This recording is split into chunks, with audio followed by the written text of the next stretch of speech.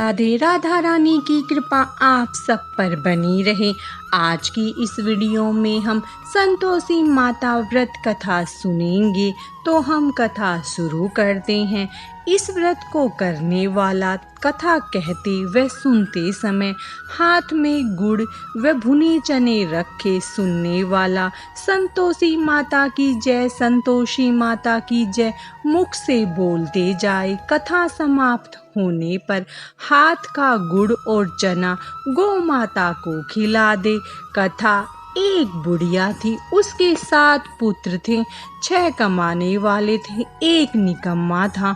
बुढ़िया माँ 6 पुत्रों की रसोई बनाती, भोजन कराती और पीछे से जो कुछ बचता वो 7वें को दे देती थी। परंतु वह बड़ा भोला भाला था, मन में कुछ विचार न करता था। एक दिन अपनी बहू से बोला, देखो मेरी माता का मुझ पर कितना प्यार है।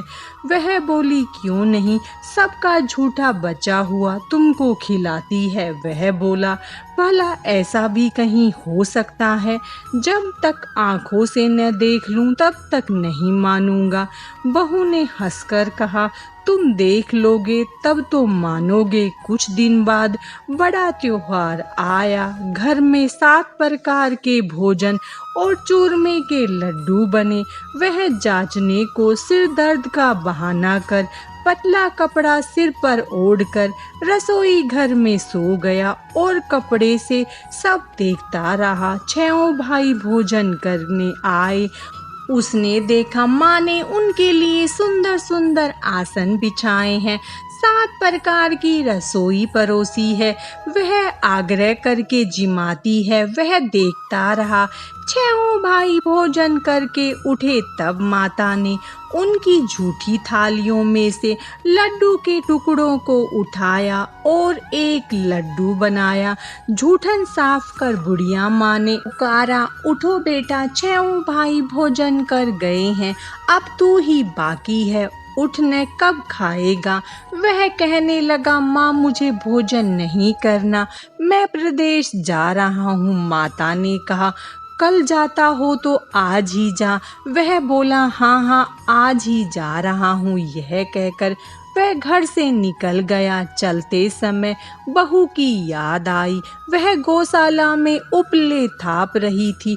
वहीं जाकर उससे बोला, हम जावे प्रदेश को, आवेंगे कुछ काल, तुम रहियो संतोष से, धर्म आपनो पाल।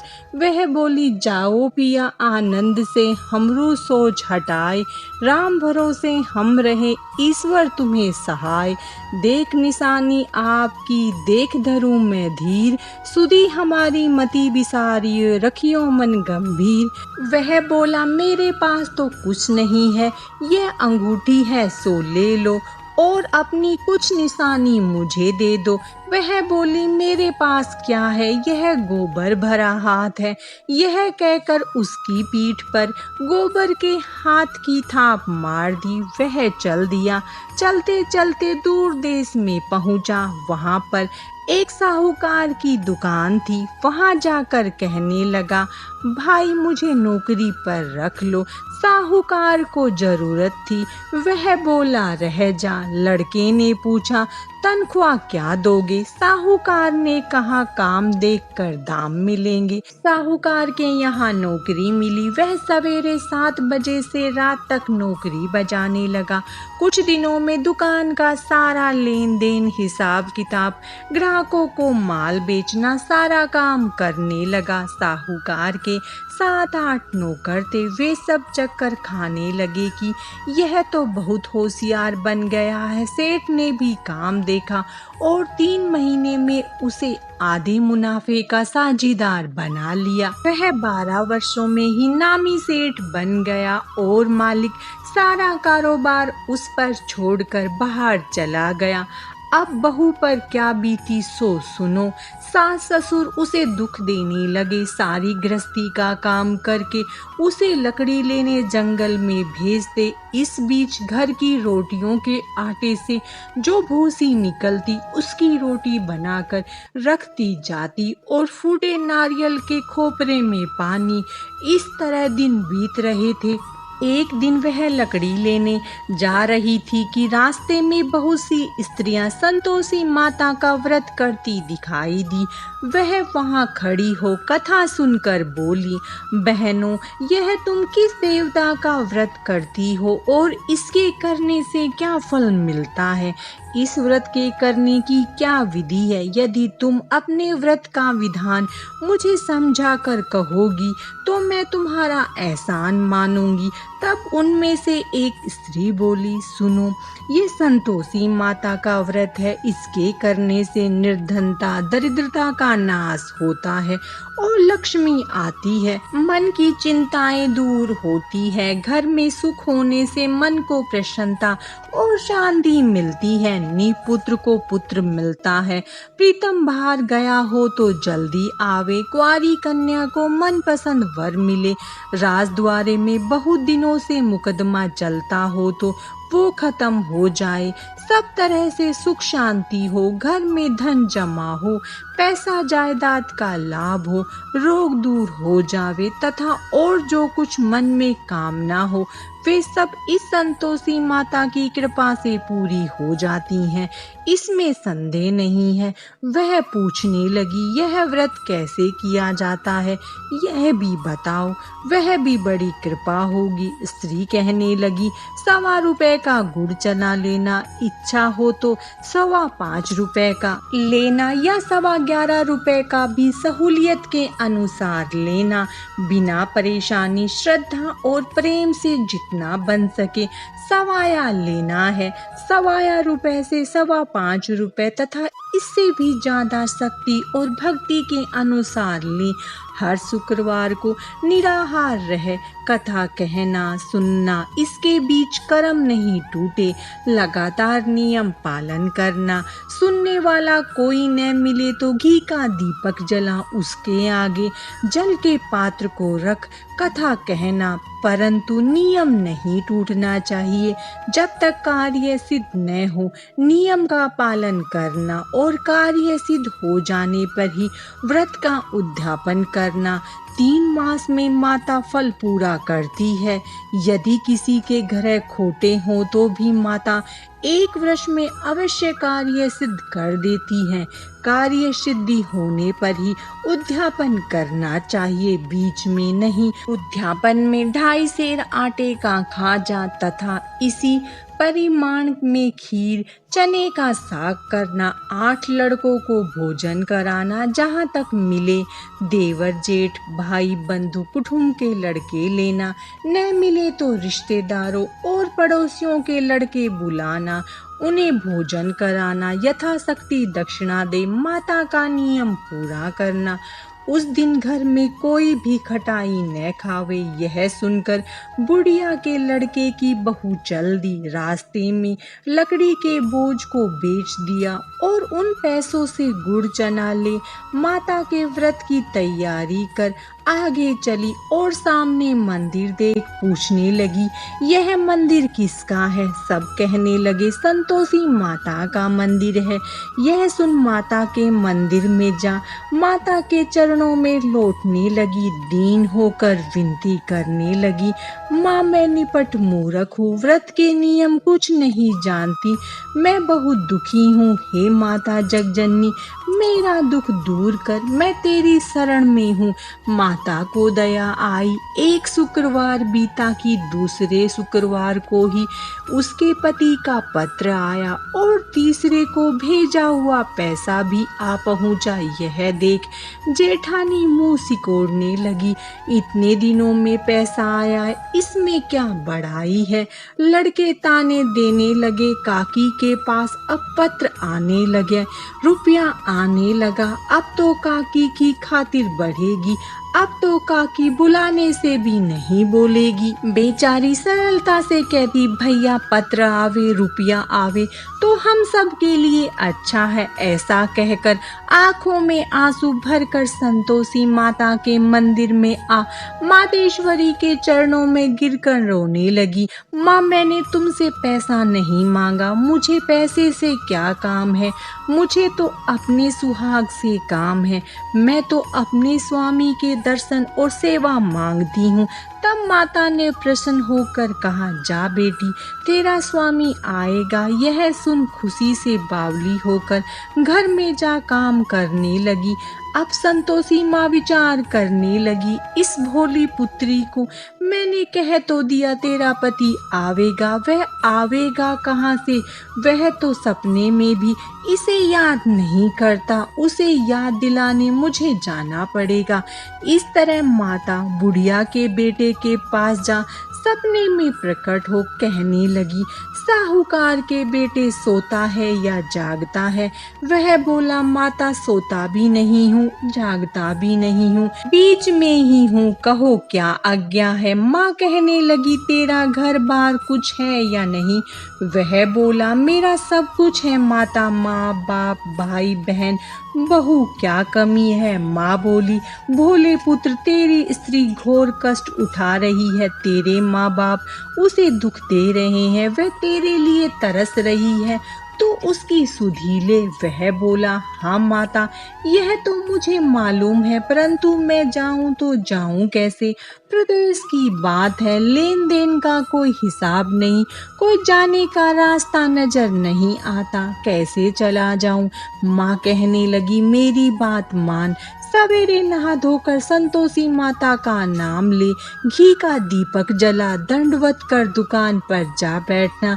देखते ही देखते तेरा लेन देन सब चूक जाएगा, जमा माल बिक जाएगा, सांझ होते होते धन का ढेर लग जाएगा। सवेरे बहुत जल्दी उठ उसने लोगों से अपने सपने की बात कही तो वे सब उसकी बात अनसुनी कर दिल लगी उड़ाने लगे। कहीं सपने भी सच होते हैं। एक बूढ़ा बोला, देख भाई, मेरी बात मान, इस प्रकार साथ झूठ करने के बदले देवता ने जैसा कहा है वैसा करने में तेरा क्या जाता है? वह बूढ़े की बात मान, स्नान कर, संतोषी माता को दंडवत कर, घी का दीपक जला, दुकान पर जा बैठा। थोड़ी देर में वह क्या देखता है कि देने वाले रुपया लाए, लेने वाले हिसाब लेने लगे, कोठे से भरे सामान खरीद कर नगद दाम में सौदा करने लगे। शाम तक धन का ढेर लग गया। माता का चमत्कार देख प्रसन्न हो मन में माता का नाम ले घर ले जाने के वास्ते गहना कपड़ा खरीदने लगा और वहाँ के काम से निपटकर घर को रवाना हुआ।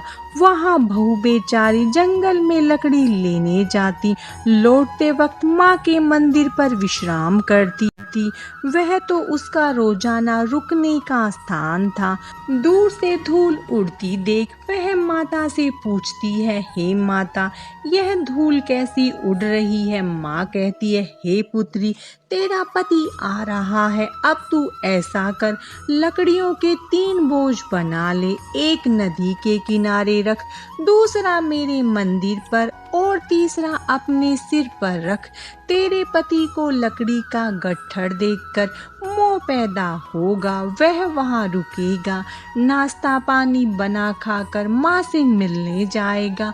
तब तू लकड़ियों का बोझ उठाकर घर जाना और बीच चौक में गट्ठा डालकर 3 आवाजें जोर से लगाना, लो सासू जी लकड़ियों का गट्ठा लो, भूसी की रोटी दो, नारियल के खोपरे में पानी दो, आज कौन मेहमान आया है?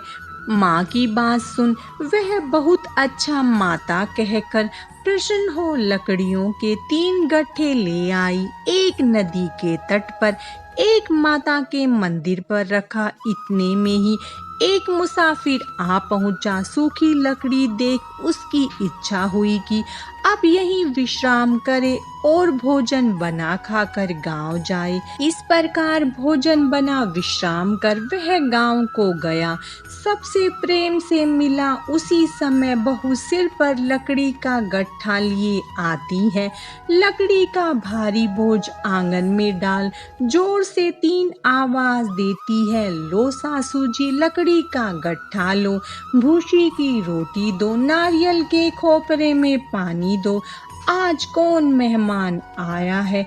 यह सुनकर सास बहारा अपने दिए हुए कष्टों को भुलाते हुए कहती है, बहू ऐसा क्यों कहती है, तेरा मालिक ही तो आया है। आ बैठ, मीठा भात खा, भोजन कर, कपड़े गहने पहन। इतने में आवाज सुनकर उसका स्वामी बाहर आता है और अंगूठी देख व्याकुल हो माँ से पूछता है, माँ यह कौन है। माँ कहती है, बेट यह तेरी बहू है। आज 12 वर्ष हो गए, तू जब से गया है तब से सारे गांव में जानवर की तरह भटकती फिरती है। काम काज घर का कुछ करती नहीं, 4 समय आकर खा जाती है। अब तुझे देखकर भूसी की रोटी और नारियल के खोपरे में पानी मांगती है। वह लज्जित हो बोला, ठीक है माँ, मैंने इसे भी देखा और तुम्हें भी देखा है। अब मुझे दूसरे घर की ताली दो तो मैं उसमें रहूं। तब माँ बोली, ठीक है बेटा, जैसी तेरी मर्जी, कहकर ताली का गुच्छा पटक दिया। उसने ताली ले दूसरे कमरे में जो तीसरी मंजिल के ऊपर था खोलकर सारा सामान जमाया। एक दिन में ही वहां राजा के महल जैसा ठाठ बाट बन गया। अब क्या था, वे दोनों सुखपूर्वक रहने लगे। इतने में अगला शुक्रवार आया। बहू ने अपने पति से कहा कि मुझे माता का उद्यापन करना है। पति बोला, बहुत अच्छा, खुशी से करो। वह तुरंत ही उद्यापन की तैयारी करने लगी। जेठ के लड़कों को भोजन के लिए कहने गई। उसने मंजूर किया, परंतु पीछे जेठानी अपने बच्चों को सिखलाती है, देखो रे, भोजन के समय सब लोग खटाई मांगना, जिससे उसका उद्यापन पूरा न हो। लड़के जीमने आए, खीर पेट भरकर खाई, परंतु याद आते ही कहने लगे, हमें कुछ खटाई दो, खीर खाना हमें नहीं भाता, देखकर अरुचि होती है। बहू कहने लगी, खटाई किसी को नहीं दी जाएगी, वह तो संतोषी माता का प्रसाद है। लड़के तुरंत उठ खड़े हुए, बोले, पैसा लाओ। बोली बहू कुछ नहीं जानती थी, सो उन्हें पैसे दे दिए। लड़के उसी समय जाकर के इमली ला खाने लगे। यह देखकर बहू पर संतोषी माता जी ने कोप किया। राजा के दूत उसके पति को पकड़ कर ले गए। जेठ जेठानी मनमाने खोटे वचन कहने लगे। लूट लूट कर धन इकट्ठा कर लाया था, सो राजा के दूत पकड़ कर ले गए। अब सब मालूम पड़ जाएगा जब जेल की हवा खाएगा। बहू से यह वचन सहन नहीं हुए। रोती रोती माता के मंदिर में गई। हे माता, तुमने यह क्या किया? हंसाकर अब क्यों रुलाने लगी? माता बोली, पुत्री, तूने उद्यापन करके मेरा व्रत भंग किया है, इतनी जल्दी सब बातें भुला दी। वह कहने लगी, माता, भूली तो नहीं हूँ, न कुछ अपराध किया है, मुझे तो लड़कों ने भूल में डाल दिया, मैंने भूल से उन्हें पैसे दे दिए, मुझे क्षमा कर दो। माँ बोली, ऐसी भी कहीं भूल होती है? वह बोली, माँ मुझे माफ कर दो, मैं फिर से तुम्हारा उद्यापन करूँगी। माँ बोली, अब भूल मत करना। वह बोली, अब न होगी। माँ, अब बतलाओ वह कैसे आवेंगे? माँ बोली, जा पुत्री, तेरा पति तुझे रास्ते में ही आता मिलेगा। वह घर को चली। राह में पति आता मिला। उसने पूछा, तुम कहाँ गए थे? तब वह कहने लगा, इतना धन कमाया है, उसका टैक्स राजा ने मांगा था, वह भरने गया था। वह प्रसन्न हो बोली, भला हुआ, अब घर चलो। कुछ दिन बाद फिर शुक्रवार आया। वह बोली, मुझे माता का उद्यापन करना है। पति ने कहा, करो। वह फिर जेठ के लड़कों से भोजन को कहने गई। जिठानी ने तो एक दो बातें सुनाई और लड़कों को सिखा दिया कि तुम पहले ही खटाई मांगना। लड़के कहने लगे, हमें खीर खाना नहीं भाता, जी बिगड़ता है, कुछ खटाई खाने को देना। वह बोली, खटाई खाने को नहीं मिलेगी, आना हो तो आओ। वह ब्राह्मण के लड़कों को ला भोजन कराने लगी। यथाशक्ति दक्षिणा की जगह एक एक फल उन्हें दिया। इससे संतोषी माता प्रसन्न हुई।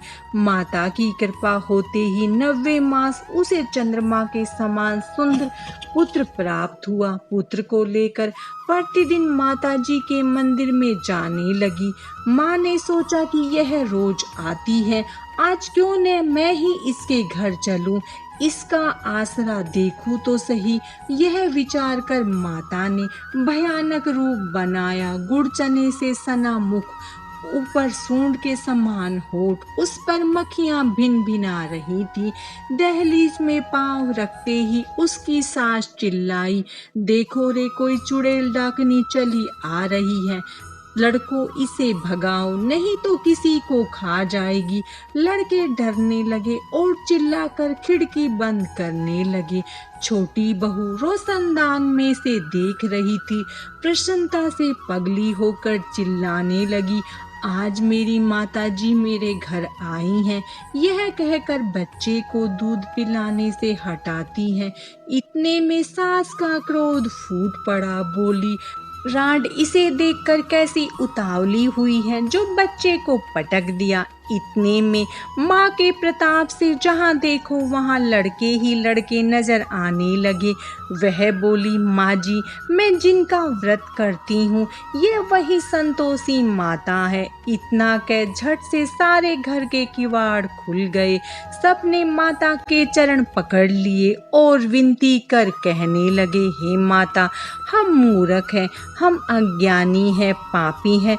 तुम्हारे व्रत की विधि हम नहीं जानते। तुम्हारा व्रत भंग करके हमने बहुत बड़ा अपराध किया है। हे माता, आप हमारा अपराध क्षमा करो। इस प्रकार माता प्रसन्न हुई। माता ने बहू को जैसा फल दिया वैसा सबको दे। जो पढ़े उसके मनोरथ पूर्ण हो। बोलो संतोषी माता की जय। संतोषी माता व्रत कथा समाप्तम। आप सब पर संतोषी माता की कृपा दृष्टि बनी रहे। आपके सारे मनोरथ पूर्ण हो। बोलो राधे राधे।